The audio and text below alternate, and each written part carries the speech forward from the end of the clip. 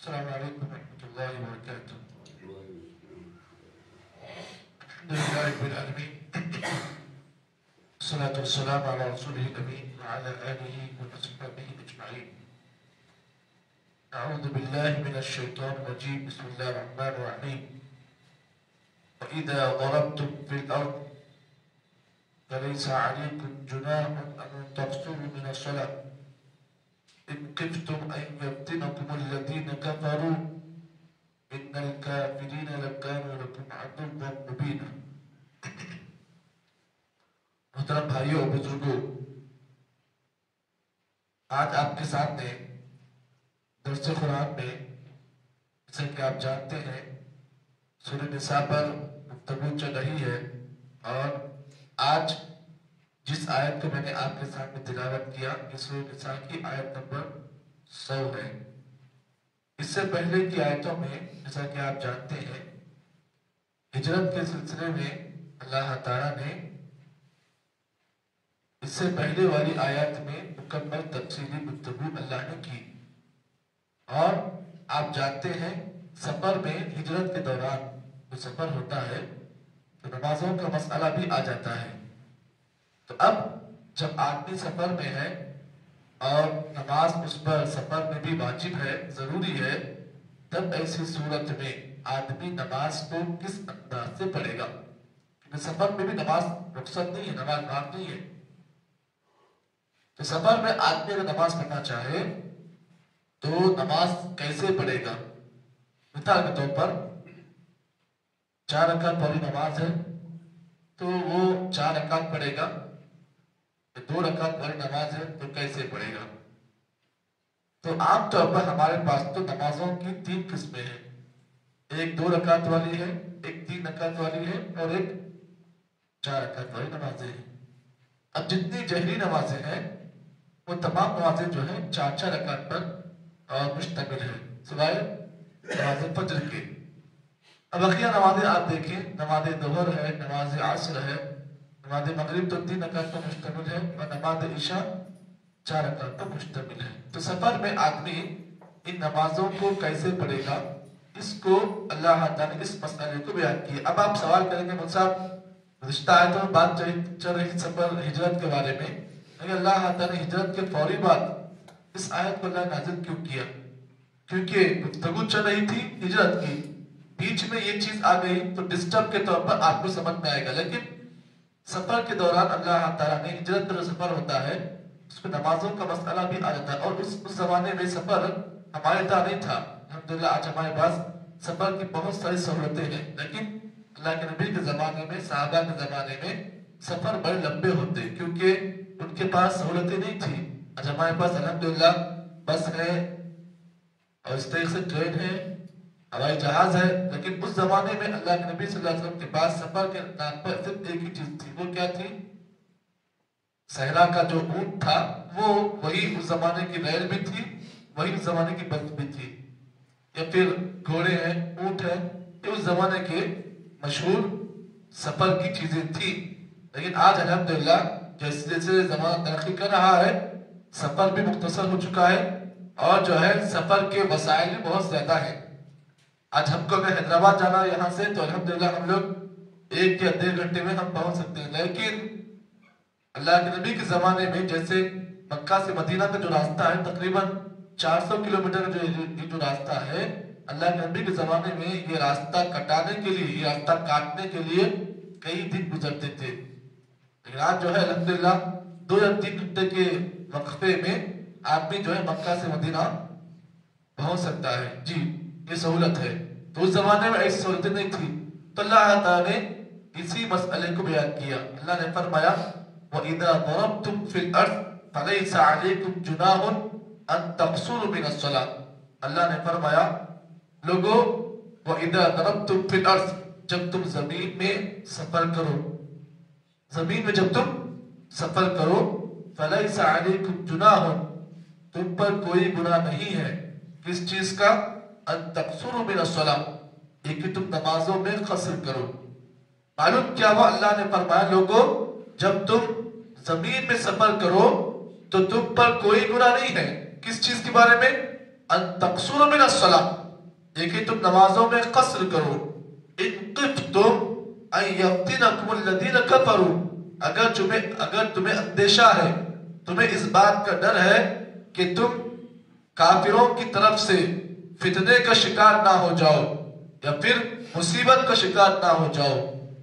اللہ نے فرمایا ان الکافرین کانوا لکم عدوا مبینا، بے شک کافر لوگ تمہارے لیے کھلم کھلا دشمن ہے. اللہ تعالیٰ نے اس آیت میں یہ بات بیان کی کہ جو لوگ کافر ہیں وہ ایمان والوں کے حق میں دشمن ہے. یہ آیت کا طریق ترجمہ ہے. اب آئیے، یہ تھا آیت کا ترجمہ جو آپ کے سامنے پیش کیا گیا. اب آئیے اس کی گہرائی میں جاتے ہیں.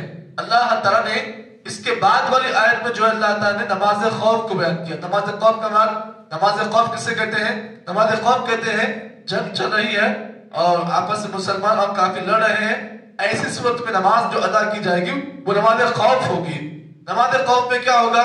نماز خوف کا طریقہ عام نماز سے الگ ہے. طریقہ سے نماز کا سے جیسا ہے ویسے رہے گا، لیکن جو ترتیب ہے نمازوں کی وہ الگ ہوگی. تو نماز خوف کا مسئلہ انشاءاللہ آگے کی آیتوں میں آ رہا ہے.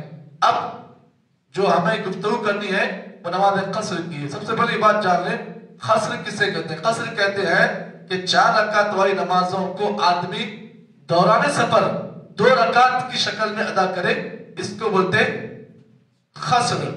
والقصر وجوب عند السلف، اور سلف صالحین کے نزدیک، علماء اکرام کے نزدیک نماز میں قصر کرنا واجب ہے. اس سلسلے میں اختلاف ہے علماء کے اندر. اختلاف کیا ہے؟ جمہور کچھ کہتے ہیں اور یہ ائمہ اربعہ کچھ کہتے ہیں، صحابہ اکرام کا عمل کچھ اور ہے. اس سلسلے میں آپ اس بات کو جان لیں، ائمہ اکرام میں سے امام ابو حنیفہ رحمہ اللہ اور دیگر اور بھی ائمہ ہیں، وہ نماز میں قصر کرنے کو واجب نہیں سمجھتے، بلکہ نماز میں قصر کرنا یہ مستحب ہے. یہ مستحب ہے. دیکھیے میں آپ کو یہ تفصیل اس لیے بتاؤں تاکہ آپ جان لیں. میں آپ کا وقت نہیں لے رہا ہوں بھائی. اگر آپ کہیں کہ مصطفیٰ سے مختصر کر دو تو مختصر کر دوں گا، لیکن جانکاری کے لیے ان مسائل پر علم رکھنا بہت ضروری ہے جی، تاکہ یہ مسئلے ہمارے ساتھ آ سکتے ہیں سفر کے دوران. تو ائمہ اربعہ میں سے بعض علماء، بعض ائمہ جو ہے نماز میں یعنی سفر میں نماز کو قصر کرنا اس سے مستحب قرار دیتے، جبکہ شیخ الاسلام امام ابن تیمیہ رحمہ اللہ اور امام البانی رحمہ اللہ اس طریقے سے صحابہ اکرام میں سے حضرت ابو بکر صدیق، حضرت عمر اور حضرت عثمان، اس طریقے سے اللہ کے نبی محمد عربی صلی اللہ علیہ وسلم، ان لوگوں کا عمل یہ ہے کہ یہ لوگ اپنے دور میں ابو بکر صدیق، حضرت عمر اور حضرت عثمان اور اس سے بڑھ کر نبی اکرم صلی اللہ علیہ وسلم اپنے دور میں نمازوں میں قصر کر کر پڑھا کرتے سفر کے دوران. یہ کس کا عمل ہے؟ یہ اللہ کے نبی کا بھی عمل ہے، ابو بکر صدیق کا بھی ہے، حضرت عمر کا بھی ہے اور حضرت عثمان کا بھی. لیکن ائمہ اربعہ میں سے بعض لوگ اس کو نماز میں قصر کرنے کو یعنی سفر کے دوران نماز میں قصر کرنے کو بعض لوگ مستحب کہتے ہیں. مستحب کا مطلب یہ کہ پسندیدہ ہے. کوئی آدمی پڑھ لے تو ٹھیک ہے، نہیں پڑھا تو اس کے لیے کوئی جرم نہیں جی. یہ مستحب کا حکم ہے. اب راجح قول کیا ہے؟ راجح قول یہ ہے کہ نماز کے سفر کے دوران نماز میں قصر کرنا یہ واجب ہے. یہی راجح قول ہے اور اس پر کئی علماء اور کئی صحابہ کرام کے اقوال موجود ہیں. اب اس سلسلے میں اللہ کے نبی محمد عربی صلی اللہ علیہ وسلم کا عمل آپ دیکھیں، صحیح بخاری اور صحیح مسلم کا اٹھا کر دیکھیں، آپ کو بہت ساری باتیں اس سلسلے میں آپ کو ملے گی. سب سے بڑی حدیث جو آپ کے سامنے میں پیش کرنے جا رہا ہوں وہ امام بخاری رحمہ اللہ نے اپنے صحیح میں اس روایت کو نقل کیا اور ابھی حدیث حضرت انس بن مالک رضی اللہ تعالیٰ کو کہتے ہیں ہم اللہ کے نبی صلی اللہ علیہ وسلم کے ساتھ مکہ سے مدینہ جو تقریباً 400 کلومیٹر کا جو سفر ہے، کہتے ہیں حضرت انس کہتے ہیں ہم اللہ کے نبی صلی اللہ علیہ وسلم کے ساتھ مکہ سے مدینہ سفر کرے تو آپ صلی اللہ علیہ وسلم نے دوران سفر میں 4 رکعت والی نماز کو آپ نے 2 رکعت کی شکل میں ادا کی. کہتے ہیں ہم نے 4 رکعت والی نمازوں کو 2 رکعت نے قصر اس وقت تک کیا جب تک کہ ہم واپس مکہ لوٹ کر نہیں آئے. کون کہتے ہیں؟ حضرت انس کہتے ہیں ہم نے اللہ کے نبی کے ساتھ سفر کیا. کہاں سے؟ مکہ سے مدینہ. اور تقریباً صحابی رسول کہتے ہیں، حضرت انس کہتے ہیں ہم مکہ سے مدینہ سفر کیے، یہ 10 دن کے عرصے میں ہم نے 10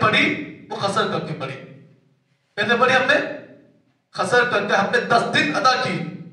10 دن جب تک ہم واپس نہیں آئے. کہاں؟ مکہ کو واپس نہیں آئے اس وقت تک ہم نے اپنے آپ کو مسافر سمجھ کر نماز قصر کو ہم نے اپنے سفر میں ادا کیا. یہ حدیث کہاں کی ہے؟ یہ حدیث صحیح بخاری اور صحیح مسلم کی ہے. اسی طریقے سے ایک اور روایت جسے امام بخاری نے اپنے صحیح میں روایت کیا، راوی حدیث حضرت حارثہ بن وہب خدائی ہے. کہتے ہیں ہم نے اللہ کے نبی صلی اللہ علیہ وسلم کے ساتھ مینا کے دوران میں، مینا کے میدان میں ہم نے نماز ظہر اور نماز عصر کی رکعتیں دو شکل میں ادا کی. ہم نے کہاں پر؟ مینا کے میدان میں ہم نے اللہ کے نبی کے ساتھ نماز ظہر اور نماز عصر کو ہم نے دو رکعت کی شکل میں ادا کیا ہے. تو اس حالت میں یہ بات معلوم ہوئی کہ اللہ کے نبی صلی اللہ علیہ وسلم کے عمل سے آپ یہ بات ثابت کر سکتے ہیں کہ نبی اکرم صلی اللہ علیہ وسلم نے اگر امن کی حالت بھی رہی تب بھی آپ نے نماز میں قصر کیا ہے. حالت اگر امن کی نہیں بھی رہی تب بھی آپ نے نماز میں قصر کیا ہے. تو معلوم یہ ہوا حالات کیسے بھی ہوں، سفر ہے آپ کا، امن کا ہے، سفر امن کا بھی ہو سکتا ہے اور سفر آپ کا امن سے ہٹ کر بھی ہو سکتا ہے. سفر کیسا بھی کیوں نہ ہو آپ کا، ہر سفر میں آدمی کو یہ دیکھنا ہے کہ سفر میرا آرام سے ہے، میں قصر کیوں کو نہیں. نبی کا عمل یہ کہتا ہے کہ اگر آپ کا سفر امن کی حالت میں ہو، یہ امن کی حالت میں نہ بھی ہو، اللہ کے نبی کے عمل سے ثابت ہوتا ہے کہ آپ علیہ الصلوۃ والسلام نے اگر سفر امن کی حالت میں رہا تب بھی آپ نے نمازوں میں قصر کیا ہے، اور سفر امن کی حالت میں نہیں بھی رہا تب بھی آپ نے نمازوں میں قصر کیا ہے. ایک اور روایت آپ کو اس سلسلے میں بتا دوں.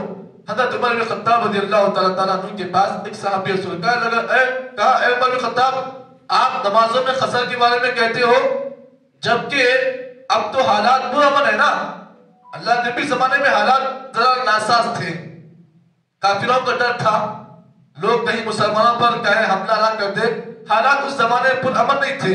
اب کون سا امن کی بات کرتے ہو آپ؟ پورا عرب جو ہے امن میں ہے، اب آپ نماز میں قصر کرنے کی بات کرتے ہو سفر کے دوران.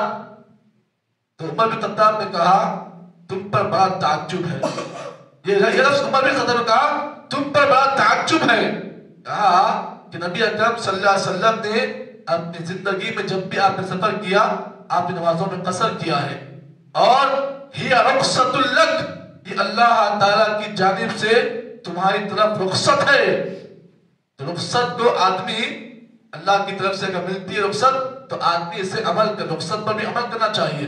اب مثال طور پر مسواک ہے، اس میں بھی رخصت ہے آدمی کو، اور آدمی کو اور بھی کئی چیزیں ہیں سفر کے دوران جو ہے الحمدللہ اللہ تعالیٰ نے فرائض ادا کرنے کا حکم دیا ہے. رہا نوافل کا مسئلہ، سنن کا مسئلہ، اس میں رخصت ہے. آدمی کے لیے سفر میں صرف فرائض ہے، لیکن رہا سنتوں کا مسئلہ، نوافل کا مسئلہ، اس میں رخصت ہے. تو اللہ تعالیٰ نے جن جن چیزوں کی رخصت آدمی کو دی ہے تو رخصت پر بھی عمل کرنا چاہیے. یہ کچھ باتیں تھیں جو اس آیت کی روشنی میں آپ کے سامنے پیش کی گئی. باتیں اور بہت ساری ہیں. اب یہ دیکھا جائے گا کہ سفر کیسا ہو اور مسافر کس حالت میں آدمی کو سفر، مسافر کتنی حالت میں کہیں گے، کس حالت میں کہیں گے، کتنی اس کی مدت ہوگی، کتنا اس کا سفر کا جو رقبہ ہے وہ کتنا ہوگا، اس پر بھی جانکاری بہت ضروری ہے. یہ بات لوگ کہتے ہیں کہ نہیں 80 کلومیٹر 40 کلومیٹر، یا بات کہتے ہیں یا پھر آدمی جو ہے چھوٹا بڑا سفر کرے تب بھی آدمی مسافر ہے. تو صحیح مسئلہ کیا ہے اس کو دیکھا جائے گا. تو 80 میل کا جو فاصلہ جو لوگ کہتے ہیں 80 کلومیٹر یا 40 کلومیٹر، کیا شریعت میں اس سے گنجائش ہے یا شریعت کچھ اور کہتی ہے، اس کے بارے میں جانکاری کرنا بہت ضروری ہے. انشاءاللہ آگے کے درس میں آپ کے سامنے اس سلسلے میں مفصل گفتگو کی جائے گی. اللہ دعا ہے کہ اللہ تعالیٰ مجھے اور آپ کو جتنی باتیں اس آیت کی روشنی بیان کی گئی ہیں اللہ تعالیٰ صحیح معنی میں ہم تمام کو عمل کی توفیق عطا فرمائے. سبحان اللہ بحمدہ، سبحانک اللہم وبحمدک، اشہد ان لا الہ الا انت، استغفرک و اتوب الیک.